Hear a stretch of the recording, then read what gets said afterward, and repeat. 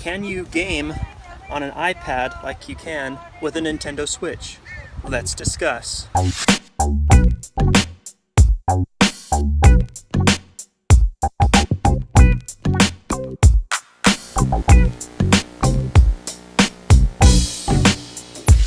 So ever since the Nintendo Switch came out and Slade was able to pick one up and I wasn't able to pick one up, I was like, oh my gosh, I need to get my game on.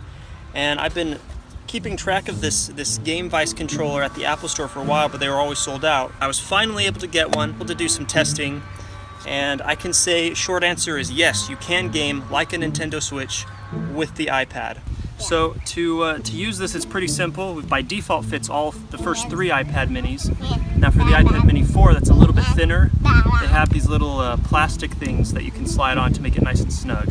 We don't need to use that, but just to know that it is built in, so all of your iPad minis will fit. There's a lightning connection right here. Slide that in, stretch it on and over, and you've got yourself a Switch imitation.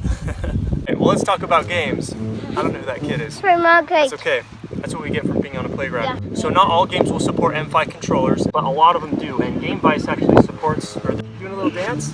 Yeah. Is that a little happy dance? Yeah. Awesome. So there is an app on the App Store that Game Vice provides. It has a catalog of all of the supported games. So that's a good place to start. Now, when I first started gaming, I only had like the free-to-play apps, and they were okay, but I was really worried at first because controller support was really shoddy. So my recommendation is definitely to go for the paid games, games that you actually spend money on, because they don't have ads and they work a lot better control-wise than the free-to-play games. Hey, what's your name? Well, the paid apps like Halo and the Riptide and Radiation Island and some of that other stuff is that I had a much better playing experience with those apps. This one's too hard. Gaming on the go. Pew, pew, pew. Got the lightning port so you can charge through. This does not require a battery, which is awesome. And he's running back towards us. He found us. That's another really cool thing, is that the separate controller, you're worried about an extra cord and you might lose it, but this one, it snaps right on. It uses the iPad's battery, so you don't have to worry about that or recharging it or anything. It just works. Comparing this to the Nintendo Switch is cost factor. Now with the Switch, of course you get that Nintendo quality, so everything is just going to work great. And you get the controllers included with the Switch tablet for what, 300 bucks? These guys start at $400 plus another $100 for the Game Vice controller. So already we're looking at $500, while other M5 controllers are compatible with other devices and say like the Apple TV.